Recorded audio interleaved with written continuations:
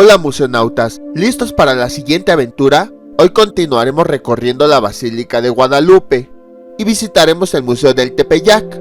Para no perdernos, tomaremos como referencia el Museo Guadalupano, el cual ya visitamos. Y es que este lugar es tan grande, vamos a seguir encontrando más y más cosas. Por ejemplo, este museo yo no sabía que existía, lo encontré después, y eso porque por azares del destino lo vi marcado en uno de los mapas que están alrededor del recinto, pero en Google Maps no estaba, y después de mucho buscarlo, finalmente lo encontré. Pero bueno, ya no los entretengo más.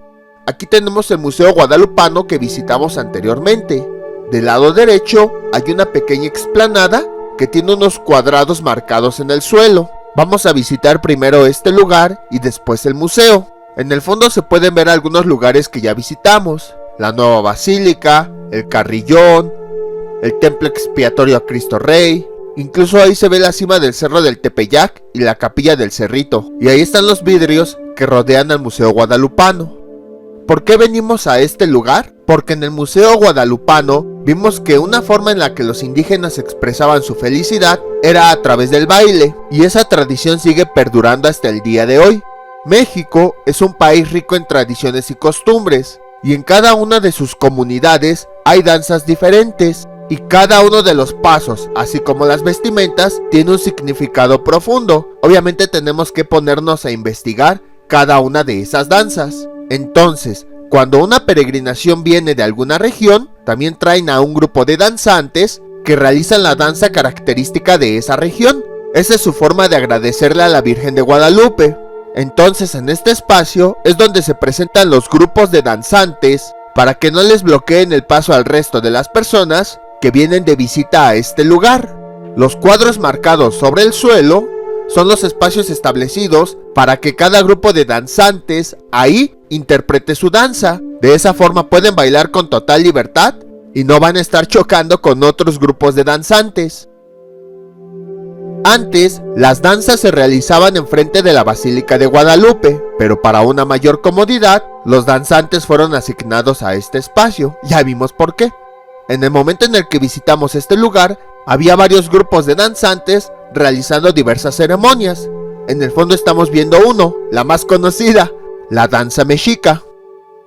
Por esa razón les quise presentar este sitio, porque aunque en el Museo Guadalupano vimos que las danzas eran una forma de mostrar agradecimiento y felicidad hacia la Virgen de Guadalupe, no habíamos visto una danza como tal en vivo, y ahorita sí las estamos viendo en este espacio.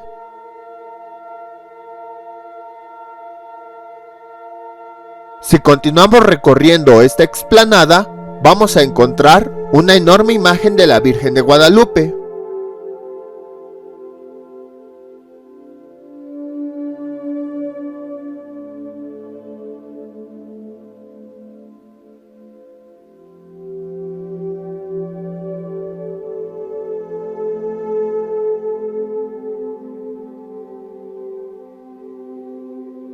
De este lado tenemos otro grupo de danzantes interpretando otra ceremonia. El baile que ellos realizan se le conoce como danza de los matachines.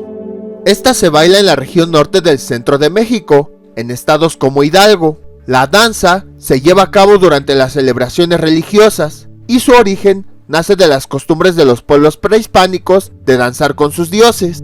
Al ritmo de la música dan fieros golpes que causan temor al público y lo hacen gritar. Se tiraban golpes entre ellos, simulando que se mataban o herían, y algunos caían como si estuvieran muertos. De ahí es que viene el nombre, matachín. En el Museo de El Carmen hay una exposición que habla del significado de las danzas más importantes de México. A continuación les voy a dejar un fragmento de esta danza.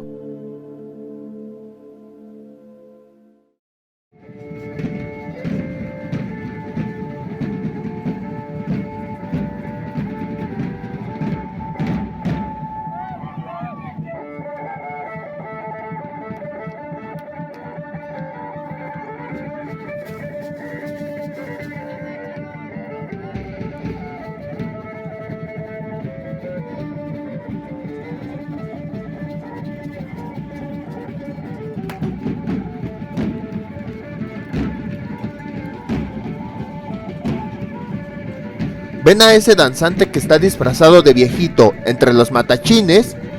Representa que el mal está entre nosotros.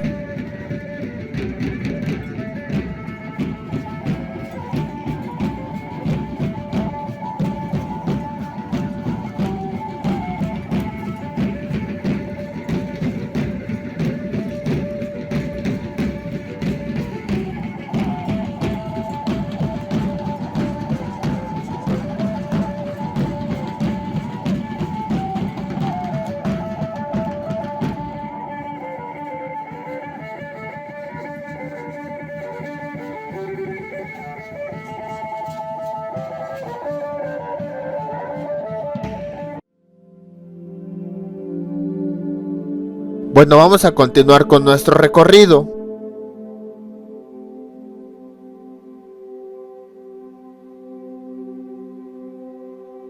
Desde este punto tenemos una vista general de toda la basílica. Como les había comentado, se ven algunos de los edificios más importantes: la nueva basílica, el carrillón, la antigua basílica de Guadalupe, en donde se encuentran el templo expiatorio a Cristo Rey, que es aquel que tiene la cúpula amarilla, y la parroquia de Santa María de Guadalupe Capuchinas, que tiene la cúpula roja. Todos estos lugares ya los visitamos en museos anteriores, por eso solamente los estoy mencionando. También podemos observar el cerro del Tepeyac con la capilla del Cerrito en su cima. Así es como luce este espacio hoy en día. Les hago un resumen de este sitio por si ya no se acuerdan cómo era. Sin embargo, es necesario recordarlo para poder visitar el Museo del Tepeyac.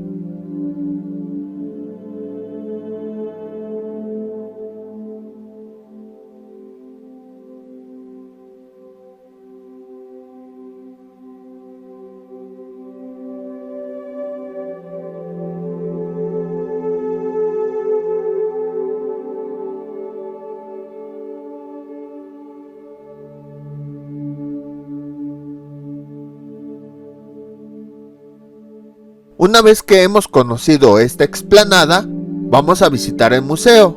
El museo se encuentra del otro lado de la Plaza Mariana y del Museo Guadalupano, cerca de la Capilla del Pocito. El museo está muy chiquito y la entrada está muy escondida. Está en medio de dos locales. El local del lado izquierdo vende artículos religiosos y el local del lado derecho vende comidas y bebidas. Listo, ya llegamos. Si se dan cuenta, es un espacio pequeño, solamente es una habitación. Recordando un poco nuestras visitas previas a la Basílica de Guadalupe, en el Museo Guadalupano vimos que las personas tienen diferentes maneras de expresar su fe hacia la Virgen de Guadalupe. Algunas realizan ofrendas, otras donan algún artefacto que tiene mucho significado para ellos, algunos más dejan exvotos, también conocidos como milagros, y otros más realizan figuras y representaciones de la Virgen de Guadalupe hechas con diferentes materiales. Pueden ser de barro, de cemento, de yeso, de oro, de plata, de bronce, aluminio, o pueden ser retratos de la Virgen en pinturas, en óleos, en fotografías, en dibujos, en impresiones, e incluso algunos realizan figuras de la Virgen de Guadalupe y en ella plasman algunas características de la región en donde habitan. Puede ser algún tipo de material, algún elemento tradicional de la región, algún objeto o algo que forme parte de la identidad de la región de esa persona y que quiera plasmarlo en la Virgen para que pueda identificarse. Entonces, en este museo, lo que se muestran son diversas representaciones de la Virgen de Guadalupe, así como de otros elementos religiosos, como la cruz, la imagen de Jesucristo, la imagen de Juan Diego, la imagen del Papa y muchos otros elementos.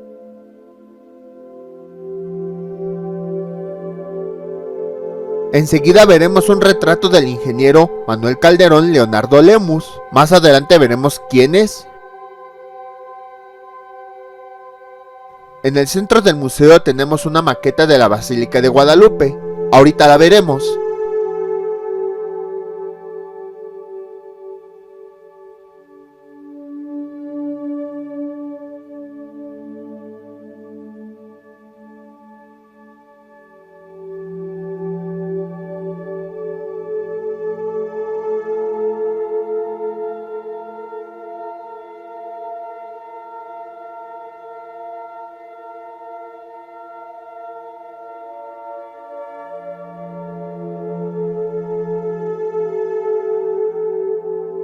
La imagen del marco verde me gustó muchísimo. No se alcanza a ver en la cámara, pero la Virgen de Guadalupe sobresale del resto del cuadro, como si tuviera relieve. Y aquí abajo tenemos una representación hecha con la técnica de papel picado. Lo interesante de todas estas representaciones es ver el ingenio que tienen las personas para realizarlas. Emplean distintas técnicas, distintos materiales, realizan distintos diseños y así sucesivamente. Esta representación no se alcanza a ver bien, pero está hecha con papel.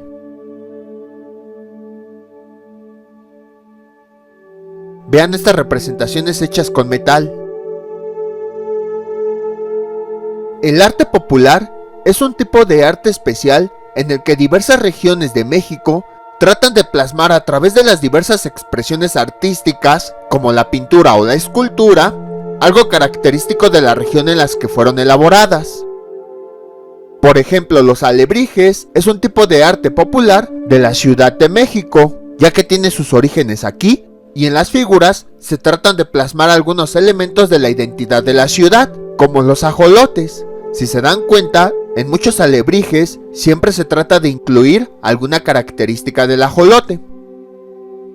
Las figuras religiosas son consideradas también un tipo de arte popular, ya que en muchas de ellas, como lo habíamos comentado anteriormente, se plasman elementos que forman parte de la identidad del lugar en donde fueron realizadas.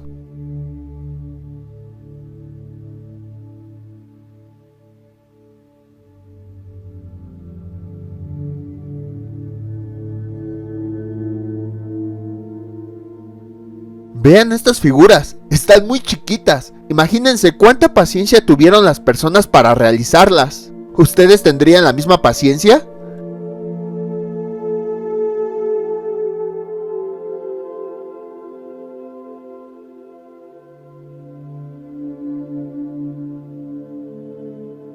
Creo que antes de empezar a visitar este museo, les debí decir un pequeño comentario.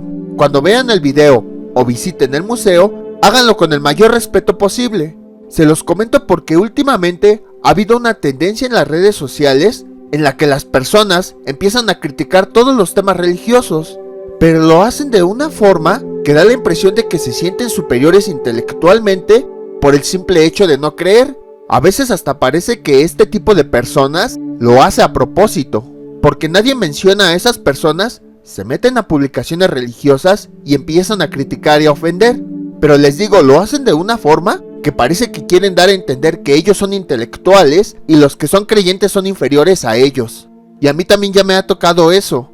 En el Museo de la Inquisición, ahí hablé de la historia de la Inquisición, cómo se distribuía, los procesos y todo eso, y de la nada una persona se mete a comentar diciendo que es un dios inventado y que no sé qué. O sea, en ningún momento hablé de la religión y luego se metió a criticar. Tan fácil es como decir, ¿crees? Pues está bien. ¿No crees? Pues está bien. Si las personas son felices creyendo, pues que crean. Si las personas son felices no creyendo, pues que no crean. Y cada quien que siga con su vida. Pero no, parece que forzosamente tienen que criticar a quienes piensan diferente a ellos. Y además de eso, tratan de hacerlos menos como para demostrar que tienen razón, sean creyentes o sean no creyentes. Y lo peor es que esta tendencia va en aumento. Cada vez veo más comentarios de este tipo, tanto de creyentes como de no creyentes. Las personas piden tolerancia, pero cuando ven a alguien que cree en algo diferente a ellos, empiezan a criticarla. Entonces no están aplicando lo que quieren, tolerancia. Por eso les digo, este video y este museo, véanlo con el mayor respeto posible y simplemente véanlo como lo que es. Un espacio cultural en el que podemos ver distintas formas de expresión artística. En este caso el tema, la Virgen de Guadalupe. Al final de cuentas, la religión también forma parte de la cultura. No hablo solo de la religión católica, sino la religión en general. Cada uno de los países tiene su propia religión y a partir de ahí surgen diversas expresiones artísticas, arquitectónicas o musicales que le dan identidad a ese país. Por ejemplo, lo vimos hace un momento con las danzas. Muchas de ellas surgieron a raíz de la adoración de los dioses prehispánicos y después se trajeron a la religión católica. Con el paso del tiempo han ido perdurando y hoy en día forman parte de la identidad del país, así como de las regiones donde provienen. Ahora, si nos vamos a Egipto, lo primero que viene a nuestra cabeza son pirámides o estatuas de dioses con cabezas de perro o de otros animales, y así. Vean, eso también forma parte de su cultura, que surge a raíz de la religión que había en esa época. Entonces es a lo que me refiero. Cuando visiten este museo, no lo vean tanto desde el aspecto religioso, véanlo más bien desde el aspecto cultural, que surge a partir de la religión. Por ejemplo, mientras estaba platicándoles todo esto, seguramente detectaron muchas técnicas de arte, como el repujado en metal, el uso de talavera, la escultura, algunos tejidos, la decoración de platos como la que estamos viendo en este momento, entre muchas otras cosas. Como lo comentamos hace un momento, todas esas son formas de expresión artística. De la misma forma hay muchas personas que critican las imágenes religiosas, pero no se dan cuenta que detrás de ellas hay muchísimos elementos, como las expresiones artísticas o técnicas que se emplearon, elementos u objetos que plasman, que forman parte de la identidad de la región, los materiales que se emplean, entre muchas otras cosas más.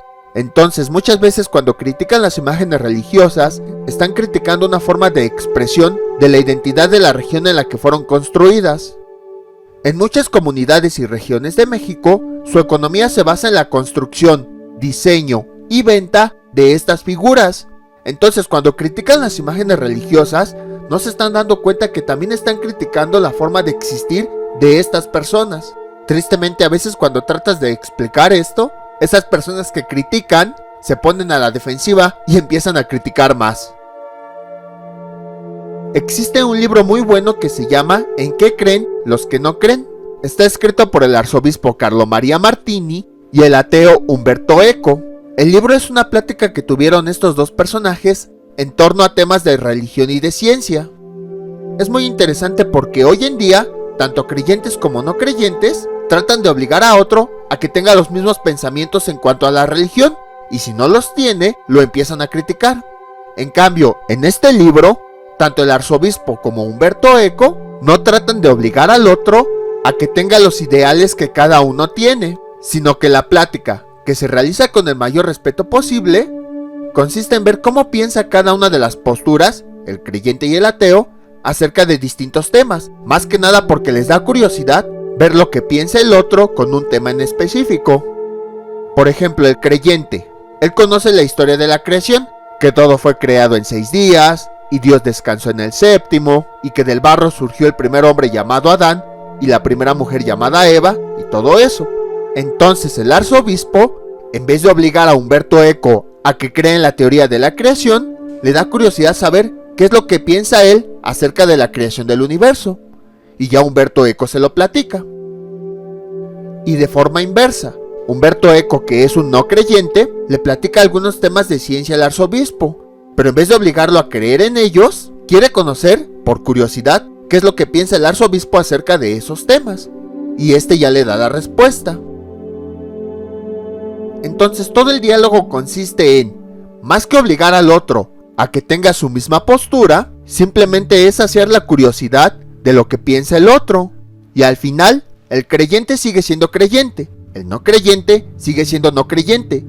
Nadie criticó a nadie, ninguno trató de obligar al otro a pasarse a su misma postura, tampoco criticaron, ofendieron o hicieron menos al otro por tener una postura diferente, ni mucho menos uno se sintió superior al otro solo por tener una postura diferente. Simplemente cada uno sació su curiosidad de saber qué pensaba el otro de postura diferente. Entonces yo creo que hoy en día esa debería ser la forma en la que creyentes y no creyentes hablen. Más que criticar y obligar al otro a que crea lo que tú crees, pues simplemente platicar con ellos de forma curiosa para ver qué es lo que creen en torno a varios temas, y a lo mejor se puede dar una realimentación.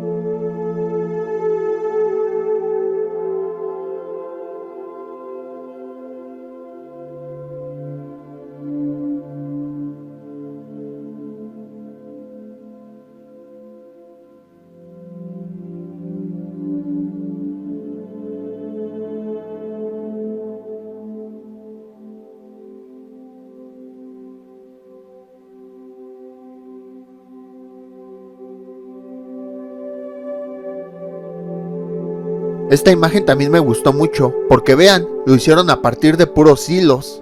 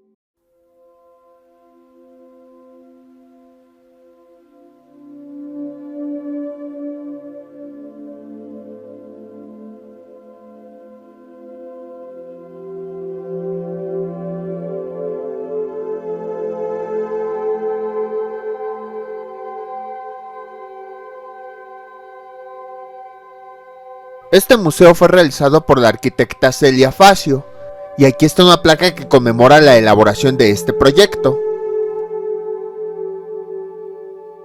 Ahora bien, ¿por qué se llama el Museo del Tepeyac? Por la maqueta que está en el centro. Es una representación a escala del Cerro del Tepeyac. Fue realizada en 1949 por el ingeniero Manuel Calderón Leonardo Lemus. En otras palabras, muestra cómo era el Cerro del Tepeyac en ese año. Por esa razón, antes de ver este video, les recomiendo que vean los videos anteriores del Museo Guadalupano y del Museo de la Basílica de Guadalupe, para que puedan conocer bien toda la villa y después la puedan comparar con esta maqueta. También por eso al principio del video les mostré una vista general de la villa, por si no se acuerdan cómo es. Aquí estamos viendo la parte frontal de la villa. En esta parte está la antigua basílica. Del lado izquierdo está el templo expiatorio a Cristo Rey, y del lado derecho está la parroquia de Santa María de Guadalupe Capuchinas. Vean cómo antes no estaba el carrillón, que hoy en día está en esta parte, ni la Plaza Mariana, ni el Museo Guadalupano. Tampoco está la Basílica de Guadalupe actual, que está de este lado, y que en esa época en su lugar había un parque. Y además vean que la villa no está cercada. De hecho, podemos ver que en su interior hay vehículos y camiones que llegaban directo a la antigua basílica. También se pueden observar algunos puestos ambulantes que se ponían en este lugar para vender sus mercancías.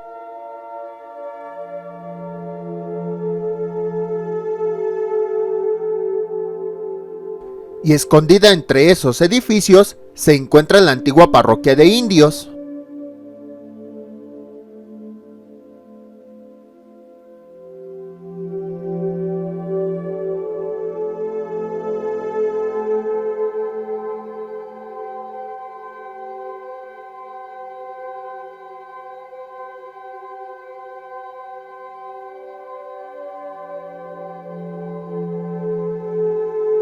Ahí se ve el parque que existía en esa época, en donde hoy está la actual Basílica de Guadalupe.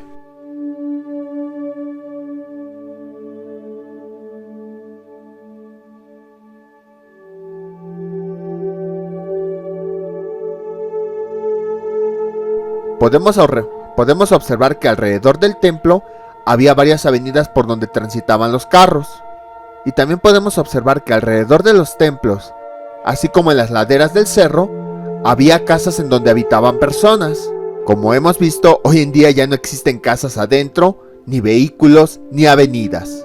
Si se preguntaban por qué se le conoce como la Villa Basílica, aquí está la respuesta. El nombre se debe al aspecto que tenía antes, al de una villa. Si se dan cuenta, prácticamente parece una villa, con sus iglesias, sus casas alrededor, sus carros, sus mercados, sus puestos ambulantes, su parque principal. Incluso ahí se ve su cementerio. Ahorita lo vamos a ver más de cerca. Entonces prácticamente era una villa. Por eso hoy en día a este lugar se le conoce como la Villa Basílica o la Villa de Guadalupe. En esta parte está la actual escalera que nos permite subir al cerro del Tepeyac para llegar a la capilla del Cerrito, en la cual también hay una rampa para que las personas que lo deseen suban hincados, y también están todas las fuentes que rodean al camino. En este espacio hoy en día está el bautisterio, que es donde bautizan a los niños.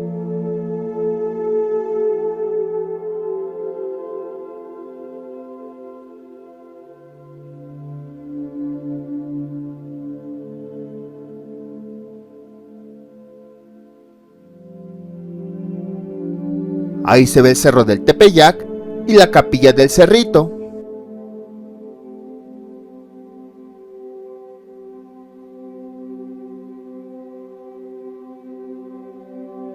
A un costado está el Panteón del Tepeyac, en donde está enterrado Antonio López de Santa Anna. Adentro también se encuentra un museo. Sin embargo, es un poquito difícil acceder a él. Espero un día poder visitarlo. Ese ya sería el único museo que nos faltaría visitar de este lugar.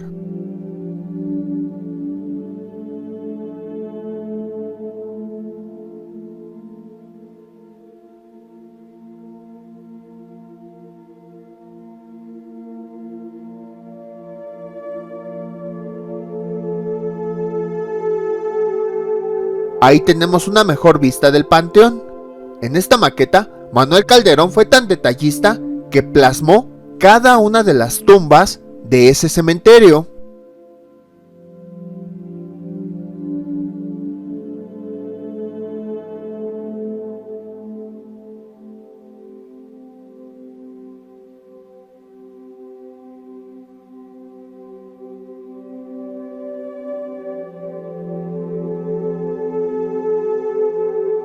Aquí podemos ver más casas que rodean al cerro del Tepeyac. Hoy en día esas casas ya no existen.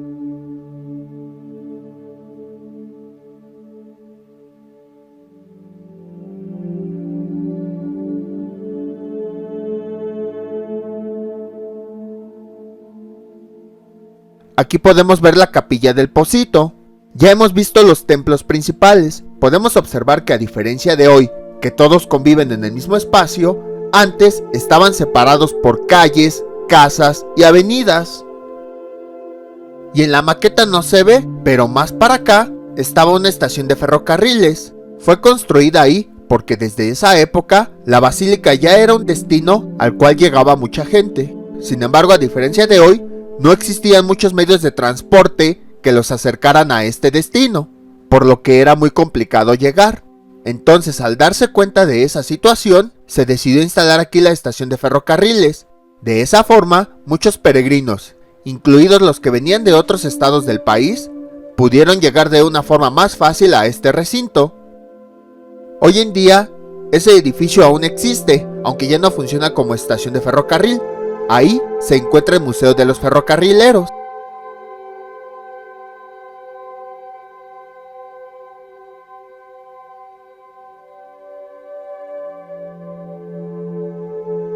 Y aquí podemos observar otra subida al cerro.